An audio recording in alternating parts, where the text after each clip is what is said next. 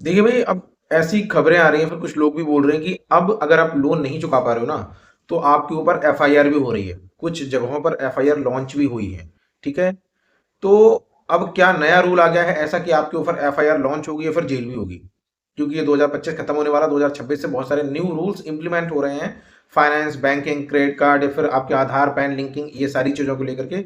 और कई जगह से ऐसी खबरें आ रही है कि अब एफआईआर लॉन्च होने लगी है। तो मैं आपको सच्चाई बता रहा हूँ। देखिए, क्या है कि अगर आपने लोन लिया है, चाहे वो क्रेडिट कार्ड पे हो, चाहे वो पर्सनल लोन हो, फिर आपने कोई सिक्योर्ड अनसिक्योर्ड लोन लिया हो। अभी तक क्या होता था कि आपने लोन लिया, आपके घर में कोई प्रॉब्लम आ गई, ठीक है, आपके यहाँ पर कोई परेशानी आ गई, मेडिकल इमरजेंसी आ गई, आप जॉबलेस हो गए, या फिर आपके घर में कोई ऐसी प्रॉब्लम आ गई जहाँ पर आपका एक साथ फंड लग गया, अब आप पेमेंट नहीं कर पा रहे हो। तो अभी तक क्या होता था कि बैंक को आपने बोला कि भाई हमारे पास तो पैसे है नहीं जी, मेरी जॉब चलेगी, सपोज मैं अभी पैसे नहीं दे पा रहा हूँ, ठीक है। तो बैंक बोलेगा कि जी आपको पैसे देने पड़ेंगे। आप बोलो जी मेरे पास तो पैसे है ही नहीं, मैं कहाँ से दे दूँ, जॉब ही नहीं है, कहाँ से दे दूँ पैसे। क्योंकि आपका अनसिक्योर्ड लोन था, आपने कोई उसमें चीज गिरवी नहीं रखी थी।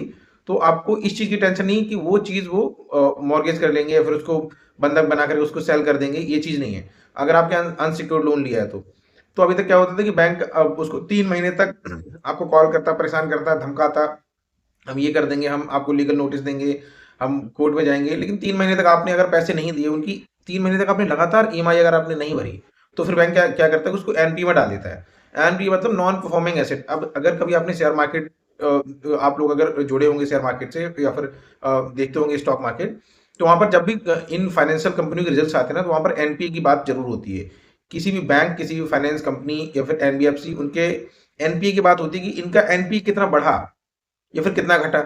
एनपी का मतलब होता है नॉन परफॉर्मिंग एसेट। तो सारी कंपनियां चाहती हैं हमारा एनपीए ना बढ़े, हमारा जो पैसा है वो हमें कुछ न कुछ देता रहे। ऐसा ना हो कि हमें पैसे को एनपीए में डालना पड़े कि भैया ये हमारा पैसा अब किसी काम का नहीं रहा, ये हमें कुछ रिटर्न नहीं दे रहा है। ठीक है।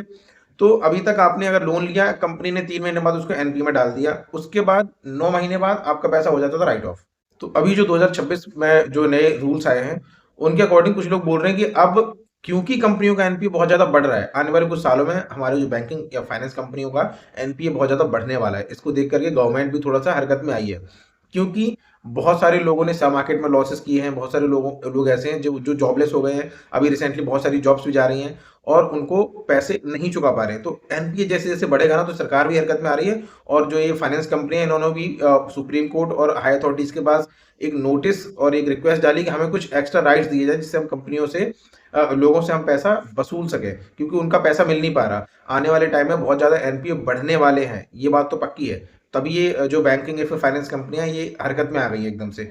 तो अभी भी बैंक्स जो है, आपको घबराने की जरूरत नहीं है, राइट ऑफ्स भी कर रही हैं। और अभी एनपीए के बाद सेटलमेंट भी हो रहा है। लेकिन मैं ये क्यों कह रहा हूँ कि आने वाले टाइम में सेटलमेंट बहुत जल्दी नहीं होगा, इजीली नहीं होगा, या फिर राइट राइट ऑफ भी जल्दी नहीं होगा। क्योंकि कंपनियों या बैंकों या फिर एनबीएफसी कंपनी के पास कोई ऑप्शन नहीं बचेगा आपसे पैसे लेने के सिवा। क्योंकि अगर कोई बैंक या फिर कंपनी एन इस तरह से एनपीए अपना बढ़ाती रहेगी, नॉन परफॉर्मिंग एसेट, सपोज 100 लोग में से 26 लोग अगर पैसा देना बंद कर देंगे, तो बैंक की क्या हाल होगी। क्योंकि बैंक में पैसा तो हम ही आप लोगों का है ना, कस्टमर का है। जो बैंक में आरडी करते हैं, एफडी करते हैं, उन्हीं लोगों का है, और उन्हीं लोगों का पैसा उठा करके आपको लोन दिया गया है। ठीक है। अगर आप लोन वापस आएगा नहीं, पैसा वापस आएगा नहीं, तो बैंक अपने एफडी और आरडी वालों को कैसे पैसा वापस करेगी। तो सरकार भी इसके लिए कुछ कदम उठा रही है। सुप्रीम कोर्ट में भी ये बात पहुंची है कि भाई एनपीए बढ़ रहे हैं। ठीक है। बैंक्स थोड़ा सा स्ट्रिक्ट होना चाहती हैं अपने कस्टमर्स के साथ, जिनको उन्होंने लोन दिया है। लेकिन इस चीज में कोई बदलाव नहीं है कि आपको जो एजेंट आएगा, रिकवरी एजेंट, वो आपको हड़काएगा, ऐसा नहीं है। ऐसे कोई पावर नहीं दी गई कि नहीं वो आके कुछ भी आपको बोलेगा, हड़काएगा, आपको सुनना पड़ेगा, ऐसा बिल्कुल नहीं है। ना तो एफआईआर लॉन्च हो सकती है, अभी ऐसा कोई कानून नहीं आया है। जो लोग ये बोल रहे हैं कि एफआईआर लॉन्च हो गई है, कुछ लोगों के खिलाफ हो रही है, भाई वो हो सकता है कि जो एजेंट या फिर जो कंपनी, उन्होंने पुलिस के साथ साथ साठगांठ करके कोई नकली एफआईआर लॉन्च कर दी होगी और आपके पास पुलिस भी आ गई होगी। लेकिन मैं आपको बता दूं कि ऐसा कोई रूल अभी आया नहीं है रेगुलेशन में कि पुलिस आपके पास आ सकती है। क्योंकि पुलिस आपराधिक मामलों के लिए है, ये लेन देन के लिए नहीं है पुलिस, कि आपने पैसा नहीं दिया बैंक का तो पुलिस आएगी। पुलिस वित्तीय मामलों में कोई भी इंटरफेरेंस नहीं कर सकती है, वो सिर्फ आपराधिक मामलों में कर सकती है। और सुप्रीम कोर्ट के आदेश के अनुसार अगर आप बैंक का पैसा नहीं चुका पा रहे हैं, कर्ज नहीं चुका पा रहे हैं, क्योंकि आपराधिक मामला है नहीं, तो पुलिस का इसमें कोई रोल बनता ही नहीं है। लेकिन मैं ये फॉर श्योर बोल सकता हूँ कि आगे आने वाले टाइम में जो बैंक या फिर एनबीएफसी कंपनियां हैं, वो सरकार से ये डिमांड या फिर रिक्वेस्ट कर सकती हैं कि उनको एक्स्ट्रा राइट्स दिए जाएं थोड़ा सा, और कि वो कस्टमर से अपने पैसे वसूल सकें। और मुझे लगता है कि गवर्नमेंट ज़रूर से इसमें इसको अप्रूवल देगी, ऐसा मुझे लगता है, क्योंकि मोदी सरकार या फिर जो भी बीजेपी या एनडीए की सरकार है, वो पैसा कमाने और खाने, मतलब कि उनको पैसा चाहिए। They are very needy of the money, उनको पैसा इतना चाहिए जितना देते जाओ। अगर बैंक्स पैसा अपना नहीं ला पाएंगे वापस, तो सरकार को टैक्स कैसे देंगे? क्योंकि मोदी जी तो जो आप टैक्स देते हैं उसमें भी पैसा ले रहे हैं ना। जैसे आपने 1,000 रुपये आप ईएमआई दे रहे हो, तो 18 18 रुपये उसमें ईएमआई में भी मोदी जी ले रहे हैं। आपके लोन की ईएमआई में भी जीएसटी लगा रखा है 18%। ठीक है, तो हर तरीके से पैसा सरकार को चाहिए। अगर आप पैसा नहीं देंगे तो भाई ये न्यू रूल्स आएंगे। और जैसे कि हवाबाजी आजकल चल रही है सोशल मीडिया पे कि हम पैसे नहीं देते, हमारे पास तो नहीं है। ठीक है, आप लीगली ये सब आपके पास राइट्स हैं कि आप पैसे नहीं दोगे तो आपका कोई कुछ बिगाड़ नहीं सकता है। लेकिन ये ज़्यादा दिन मुझे लगता नहीं कि चलने वाला है, क्योंकि रूल्स स्ट्रिक्ट होने वाले हैं। बैंक्स और एनबीएफसी डिमांड कर रहे हैं कि हमें कुछ एक्स्ट्रा और राइट्स दिए जाएं लोगों के खिलाफ कार्रवाई करने के उद्देश्य से, क्योंकि उनको पैसा चाहिए। तो अभी जिनके भी लोन चल रहे हैं, वो लोग अपने लोन को as soon as possible write off करा लें, फिर एनपीएम में जाने के बाद उसको सेटलमेंट करा लें, क्योंकि रूल्स थोड़ा सा स्ट्रिक्ट होने वाले हैं। देखिए 3 महीने के बाद आपका जो लोन है वो सेटलमेंट के लिए बैंक डाल सकता है, एनपीए में डालेगा तो उसके बाद सेटलमेंट का ऑफर आपके पास आ जाएगा। और ये जो चवन्नी छाप आते हैं ना, ये आपके जो एजेंट आते हैं, जो रिकवरी एजेंट आते हैं, भाई डंडा उठाओ सीधा। अगर आपसे बात बदतमीजी करते हैं या फिर आपसे गाली गलौज करते हैं, सीधा डंडा उठाओ भाई। ठीक है, हाँ बिल्कुल, 2 4 लोगों को इकट्ठा करो, अपने आस पड़ोस के गांव के भाई बहन सब मिलके डंडा उठा लो सीधा। क्योंकि भाई राइट्स नहीं है तुम्हारे पास तो फालतू बकवास मत करो। ठीक है, आए हो पैसा लेने, हमारे पास पैसे नहीं है, आप जाओ वापस। कंपनी को बता दो कि जी पैसा हम वो नहीं दे रहे, क्योंकि ये कमीशन बेस पे होते हैं। अगर ये पैसा आपसे निकाल लेंगे ना तो उनको कमीशन मिलेगा, इसलिए गाली गलौज करते हैं, इसलिए अपनी जान देने को भी तैयार रहते हैं कि हम तो पैसे लेके जाएंगे। तो भैया इनके पास अभी भी कोई राइट्स नहीं है कंपनी वालों के। ये जो आते हैं चवन्नी छाप जो आते हैं, ये रिकवरी एजेंट्स, आप कंपनी का फ़ोन उठाइए। कंपनी से फ़ोन आता है, इनका भी फ़ोन आता है, उठाइए, बोलिए कि मेरे पास पैसे नहीं है, मेरी जॉब नहीं है।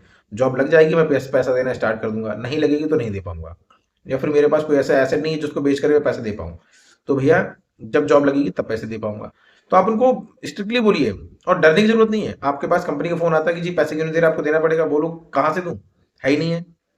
फालतू बात करे, रिकॉर्ड कर लो, आरबीआई को मेल कर दो, और उस कंपनी को जरूर मेल करो। जैसे एक्सिस बैंक से समझ लो आपके पास कॉल आ रहा है, या फिर बजाज फाइनेंस से, और वो बदतमीजी कर रही है ना, तो उसकी आप बात को रिकॉर्ड करो और वो बजाज फाइनेंस को ही भेजो कि आपका ये बंदा मुझसे बदतमीजी से बात कर रहा है। ठीक है, अपने राइट्स को जानिए। लोन लिया है, मजबूरी होगी कोई तभी नहीं चुका पा रहे हैं, ठीक है, तो भाई कोई गलत काम कदम उठाने की जरूरत नहीं है। अपना लोन आपने लिया है, चुका पाइए तो चुका पाइए, नहीं चुका पाइए तो लीगली केस लड़िए। या फिर केस नहीं भी लड़ना है तो पैसे नहीं दे पा रहे हैं तो मत दीजिए, जो होगा देखा जाएगा। लेकिन अपने आप को सुरक्षित रखना है, अपनी फैमिली के लिए, अपने लोगों के लिए। देखिए लाइफ में अप्स एंड डाउन आते रहते हैं। आपने हो सकता है किसी ऐसी चीज के लिए पैसा लिया हो जो आपने सोचा हुआ आगे जाके मैं ये लोन भी चुका दूंगा और प्रॉफिट से अपना पैसा भी थोड़ा थोड़ा बहुत बना लूंगा, लेकिन वो चीज़ नहीं चली, या फिर बिजनेस ठप हो गया, या फिर आपकी जॉब नहीं रही, आपने पैसा लिया था अब जॉब नहीं है तो कहाँ से दूं। तो भैया राम राम सीताराम, पैसे नहीं है भैया, हम नहीं दे पा रहे हैं, जो करना है सो कर लो। वीडियो अच्छा लगे तो लाइक कीजिए, share and comment. Thank you.